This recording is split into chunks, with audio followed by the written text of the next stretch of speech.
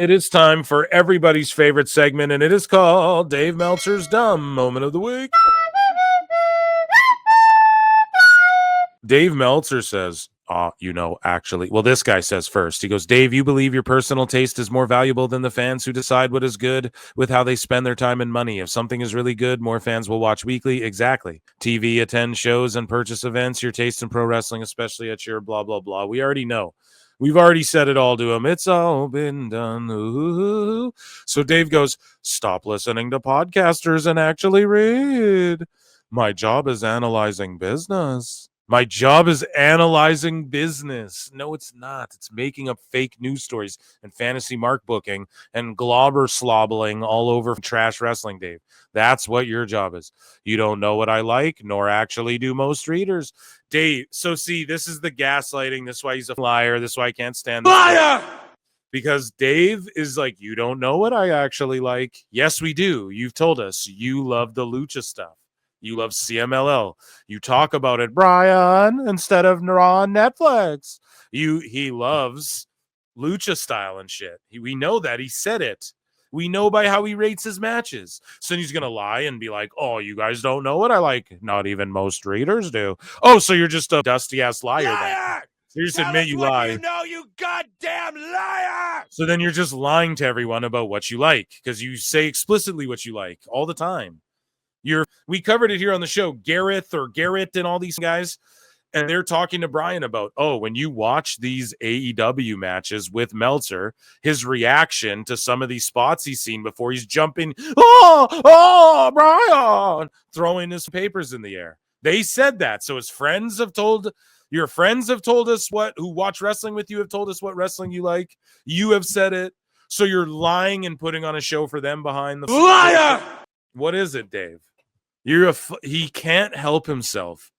This shit is pathological. Like, you guys know what I mean? This is like some level of like sociopathy at some point here where it's like it's just a grift. He owns a chunk. There's no other way you do this. There's no other way that you flip-flop around like this. But anyways, he goes, he has nothing to do with what I like. So again, tripling down that his observations, his star ratings aren't about what he likes. So when everybody's like, it's just his opinion, and I've shown multiple examples, this is quadrupling down now, as far as I've chronicled, of him quadrupling down now on it's not about what I like. I give my rating to the best wrestling. So in his mind, dude, the stars speak for themselves. And he's sitting there saying, no, I'm an objective observer. That's what he's legit tripling down on now. Again, so I bring it to you so you guys can see that. And then Gilberti goes, Mount Rushmore of lack of self-awareness, exactly. Or it's a grift, Glenn, and he's projecting, or he's getting paid. I'm telling you, I'll be more shocked if he's not getting paid at this point. So Nice Guy 1996-18 says, and look at Triple H now. The WWE is arguably the hottest it's ever been. Who cares that a development brand was losing to some indie company? NXT beats that. Yeah, now MLW beats AEW, or will. Now GCW outdraws AEW. Now NXT outdraws. So who cares? TNA is going to start beating AEW eventually if they keep going down this road. So Meltzer goes, NXT and AEW are not in competition. Really? Because they think they are, Dave. So now you're lying again. Another lie. Liar. He's lying again because they are at war. Or they're not at war, but they are in competition because when they were head-to-head. So now Dave thinks competition is only head-to-head. Is that what he's going to try and spin? Nope. They were in competition when during NXT, Tony Khan was taking out commercials quoting Alfred Konuwa saying NXT is getting smashed by AEW. When Tony Khan's yelling, the Friday Night Wars!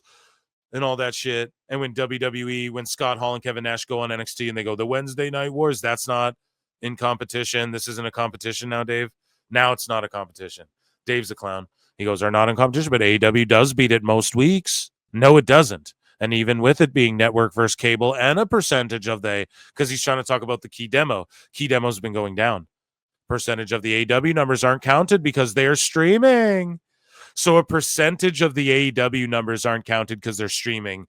So a percentage, what do you mean? An even greater percentage, Dave, of the NXT numbers. This is what somebody has to respond to Dave Meltzer. Okay. an even greater number. The great max numbers, an even greater number, okay, of the NXT viewership is not being accounted for because it's on global Netflix. You dumb guy. So no. Dummy. Yeah. No, it's not beating anything. Okay? Dynamite ain't beating shit. And again, they might be pounding the pavement. Okay? I don't know why I said that, but look at this again. I bring you over here. Here's the Nielsen gauge. 1.2% of the streaming market are using Max. 8.2% are using Netflix.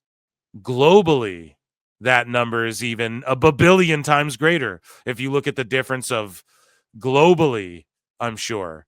Just globally. I bet Max is like 0.1. Okay? So here's the thing. No, Dave, you are lying. How many people do you think are watching on Max? It's the greatest lie he's ever trying to perpetrate. And a percentage are not being counted because they're streaming. Yes, and a greater percentage are not being counted for Netflix because it's streaming around the rest of the world, Dave. You're an idiot. I'm pretty sure Dynamite's on TSN in Canada or whatever. So you're dumb, bro. This is crazy. This is the ultimate, like, there's no coming back from this anymore. This is the ultimate cope mind bend, attributing the invisible Max numbers, but not attributing the invisible Netflix numbers over here. Madness. So Dave Meltzer says MJF is throwing out the first pitch for the Texas Rangers home opener in a few hours. No idea why this wasn't mentioned on last night's show. And JD's like, because it's not a real business, Dave. Like, I operate legally behind my cousin's pizza joint where we sell cigarettes out of a red truck at 2 p.m., 2 for $11. Oh, it's literally a company that wants to be a pro wrestling company but doesn't want to do the work of being a pro wrestling company. Oh, so yeah, they don't promote it exactly as JD said. I like that he's getting in on the Meltzer clowning now. So we covered this last show. We've covered this multiple times, but Meltzer says, like, people often ask me whether I think Dynamite Dave is on the AEW payroll, and my response is always the same. The scarier answer is if he's not on the payroll. Him and I talk about this privately all the time. That means this is just his natural bias as a journalist. It's true. So then they follow up, and Meltzer said, just provide some good insight, I guess, or he just provides a good comment here. He says, Jim Cornette does 2 3-hour podcasts a week. Even if you don't like his opinion, you will learn far more history and psychology from one episode of his than Dinosaur Dave's 4 robotic, formulaic podcasts a week and his outdated babbling stream of consciousness Wrestling Observer newsletter. It's true, man. Dave's like, study the business, the history, but he doesn't teach anyone anything. He just smugly and pompously is like condescending. If you don't read all my 80 million words I've written. But Jim pulls up like old, he does Guess That program and all this shit, and he gives you historical deep dives and can add so much context, and you learn way more about the actual business and pro wrestling than Dusty Dave, man. And it's hilarious because he's always like, you need to learn. Bro, your show is you babbling, you phoning into your own show and answering dumb Mark questions, trying to stooge insider information, and not the kind of like that is actually valuable to people that they should know about pro wrestling like Jim provides. There's no historical context. Look at my star. I mean, back then, it's just you flip-flopping your opinion to try and force your opinion of what you think pro wrestling should be. And we see this with, again, you want to talk about historical. We study and learn you, Dave. Cornette and Brian pull up the Meltzer files, okay? And even the letters you were writing to other people before Dave ever even got into the magazine, internet, selling newsletter space, he was chirping off and piping off at the chicken lips to other people who've been there and done that and trying to tell them what he expects and what he thinks wrestling is and da-da-da-da. He's a stupid idiot. Thank you. You buy. Boom. And yeah, dude, Cornette's pods are far superior in that regard as well. So again, neckbeards pulling cards, right? So Robbie Stevens. So now Dave, and I believe he's doing this because your boy Phil here has been criticizing Dave as far as, there's no criteria. That's what I've been saying a lot lately publicly. Dave now is starting to, Here's my criteria now. He listens to PWT, bro. He knows about the flutes. But Robbie Steven goes, I think when he is talking about your taste, he is referring to your star ratings for matches, which are usually a source of debate within the IWC. Higher star ratings equals your taste. And then Meltzer quintuplet, sextuples down on the fact that his star ratings are objective, guys. He goes, star ratings are largely based on movement of the crowd, based on actual performance. That's a lie. Ospreay's flips don't move the crowd like The Rock and Hogan. I hate many matches I've given high grades to. Liar. If it was based on my preference, it would be totally different. Boom. The Rock versus Hogan, 3 stars. So if it's about moving crowds and not the moves, then Okada and Omega doesn't compare to Mania 40. That's an 8-star match, and Hulk Hogan Rock is a 9-star match. By Dave's own metric, it's a Richter scale, Brian. Dave, we're just saying what you have to say. We're just repeating and reacting to what you have to say. I'm just reiterating what you have to say about your own star ratings. That's all I'm saying, bro. I'm saying what you're saying, okay? Dave Meltzer responds to some geek and goes, not financially, not from a wrestling is performance art standpoint. Performance art. I broke that down earlier. Pro wrestling, okay, the best performance art is the pageantry of it. That's what made pro wrestling become pro wrestling at the roots of it. And broke that down earlier in the show. Look at the cage match top 300 bouts of all time. How many were from AEW versus how many were from WCW? And I just quote tweeted Dave Meltzer citing cage match. You fucking mark! In 2025, man, the year of our Lord and Savior. And then this guy, Trust Goblin, goes, why does everyone hate me? Right? Because Dave always wonders, why does everyone hate me? It's always that thing. Why does everyone not like me? It's your asshole. Dave goes, only people who would hate learning. So you only hate Dave if you hate learning. But as our country has shown, that's a lot of people. But more than enough love to learn to greatly offset that.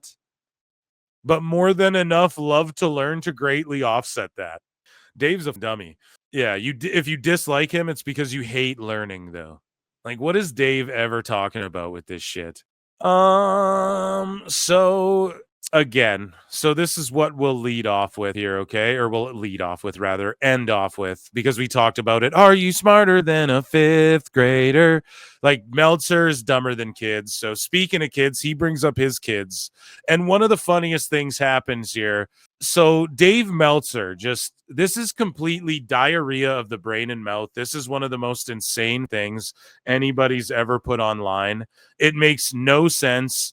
It's that scene from Billy Madison where it's like, this is incoherent, like nothing you say makes any sense. We've all gotten dumber through your rambling. And he starts talking about his kids, and literally, Meltzer said what really was the first one to bring this to everyone's attention. But, I've chronicled it here a bunch at PWT. It's like, what Dave does is he'll like hear something anecdotally. Oh, the girls who were at my house with my girlfriend, they said that they liked the silly lucha costumes. Lucha's way more over to casuals. He does shit like that. We've covered it here. Oh, if I went to a movie theater and, nobody popped for Roman Reigns when I watched the movie, so people don't know him, but Mystico is a ginormous star, right? So he keeps doing this dumb shit. And here's another instance of him just completely like, this is absolute insanity. Okay?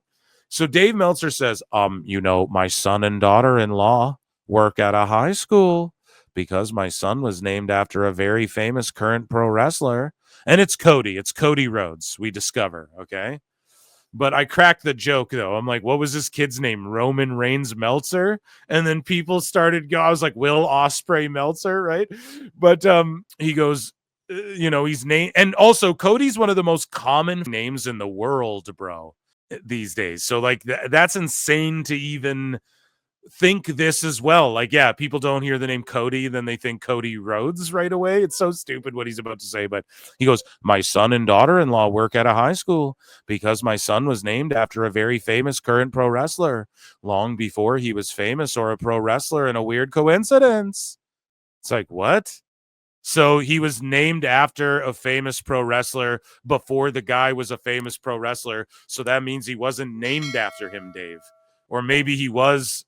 I don't know. He goes, arguably the biggest draw and star today is. Most don't know anyone but Cena and Rock.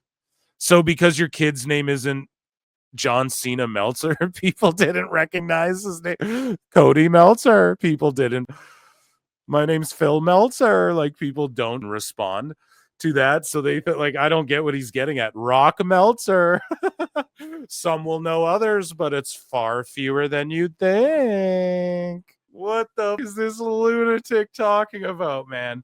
So I responded. I'm like, so his kid was named after someone before Dave knew who they were. And because his kid's name is Cody or something, and people don't automatically associate that with Cody Rhodes, that means they don't know Cody Rhodes. Is his son called Roman Reigns Meltzer? What the is this insane person rambling about? It's so funny. Hey, my kid's name is David Bowie Meltzer. Like, what do you mean, dude? Just because they don't recognize a random first name. Hey, my name's Tom Meltzer. Oh, they don't recognize Tom Brady because they instantly don't associate.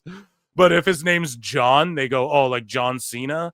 There's not like John Bon Jovi and a billion other famous Johns that have come in the history of mankind. Like, what is this asshole dumb talking about, dude? I don't get it. He's literally should be considered clinically insane. Another one here, Dave goes, AEW did 663K, 0.17 last night, beat everything on cable, but NBA and Fox News doesn't include max viewership. And Fox News, again, that means like 5 TV shows. Much more in the issue, doesn't include max viewership. What?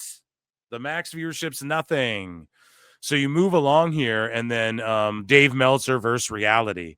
And some idiot, okay, came under here and was like, oh, well, he doesn't even mention this spot. And I'm like, that's the point. Actually, over to Dave's son, though. He says, my son got named because I happened to interview Dusty Rhodes when coming up with names, and he'd brought up his son's name in the convo. So Meltzer named his kid because Dusty's like, I just named my kid this daddy. But yeah, here. So Dave Meltzer versus reality. This is what we'll end off with here. So Hologram and Commander beat Lee Johnson. So listen to what he says. This started before 4 p.m. local time and the place was empty, so the atmosphere wasn't there at first, but they had such a good match and they got a big reaction down the stretch. Johnson and Christian were put in this match because officials from New Japan and CMLL were there and they wanted to showcase them to those companies for possible work, whether it be Super Juniors or Arena Mexico. There were all kinds of big moves, including, listen to this, there were all kinds of big moves. Listen to this shit. Including a double dive opening spot by Hologram Commander. Johnson doing, they're one guy now. Hologramder. Johnson doing a flip dive on Hologram. Christian doing a rope walk 450 on Hologram. Christian doing a Fosbury on Commander. Why would this be fun? Johnson doing a Death Valley bomb on the apron. Commander did a Hurricane Rana off the apron on Johnson. Christian did a tope on Commander. Commander missed a rope walk shooting star. The finishing. So he's even saying the moves they missed. The finishing sequence saw Commander jump off Christian's back to deliver a Canadian Destroyer on Johnson. Hologram did a top rope Asai moonsault on Johnson, and Hologram got the pin with a 450 on Christian. 4 stars. So literally, guys, we just caught him lying. He just said it's how the crowd moves, not what I like. Liar! We go, Dave, you like moves. He admits in his thing, he goes, the crowd wasn't behind it, but here's all these moves that I liked that they did, and I gave it 4 stars. We caught you lying again. Tell us what you know, you goddamn liar! We caught you lying just now on PWT. Look at this match. This is the match he's blowing to death. And you know what someone told me? They're like, he didn't even name this spot in his review. That's exactly the point. Shill.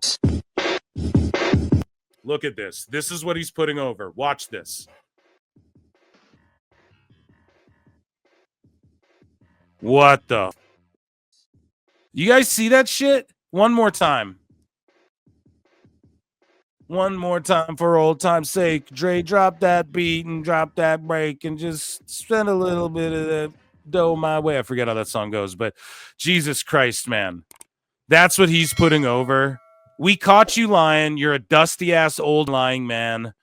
And I ain't going to keep telling you that we won't stop. I don't know what to say, man. I've said everything there is to say. Dave Meltzer versus reality.